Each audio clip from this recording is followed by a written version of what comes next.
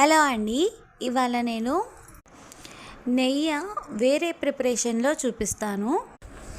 పాల మీద మీగడ తీసిన తర్వాత దాన్ని తోడేసి చేసే పద్ధతేనండి. కాకపోతే దాంట్లో cool water పోయము and ice cubes ఇలాంటివి ఏమి వేయము, అది పద్ధతి వేరు.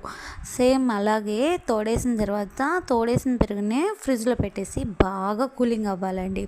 కూలింగ్ అయ్యి మనం బయటకు తీసిన తర్వాత మనం గెంటి మాత్రమే వాడతాము. ఇందులో గెంటి పట్టుకొని దాన్ని తిప్పుతా కూర్చుంటామండి. అది ఫస్ట్ పల్చగా అయిపోతుంది కదా, పల్చగా అయిపోయిన తర్వాత కొంచెం కొంచెం గట్టి పడుతూ వస్తుంది. నేను చూపించినట్లు ఇట్లాగే మొత్తం అంతా గెంటి పెట్టి తిప్పుకుంటూ ఉండాలి. ఇది కొద్దిగా అరగంట సేపు పావు గంట సేపు పట్టిద్ది. ఇలా మనం తిప్పిన తర్వాత దీంట్లోంచి మజ్జిగ అనేది దాని అంతటికి అదే బయటకు వస్తుందండి. తర్వాత నేను మీకు అది దగ్గరగా చూపిస్తాను. చాలా టైం ప్రాసెస్సే.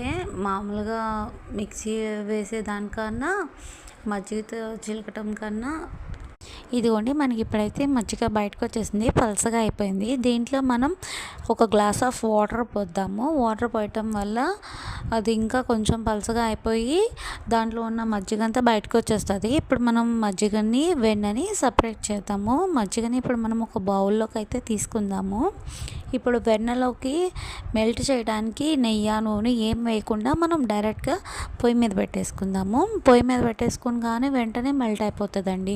ఇదైతే అడుగంటదు. మంది మెల్ట్ చేసేది మనం నెయ్యి చేసుకునేది ఇప్పుడు బఫేలోకి వచ్చిన మీగడ ఇది వేరే అండి. మనకి పాల మీద మీగడ వేరేగా వస్తుంది. అదే ప్యాకెట్కి బఫేలోకి చాలా డిఫరెన్స్ ఉంటాయండి. ఇదిగోండి, మనకైతే ఇప్పుడు మొత్తం నెయ్యిలాగా మారిపోయింది.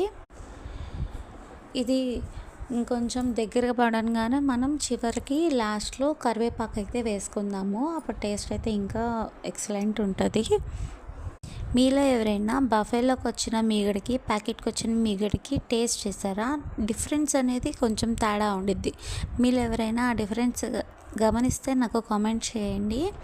అండ్ దానికి నెయ్యి కూడా టేస్ట్ డిఫరెంట్గా ఉంటుంది. ఆ డిఫరెన్స్ మీకు తెలిస్తే నాకు కామెంట్ చేయండి.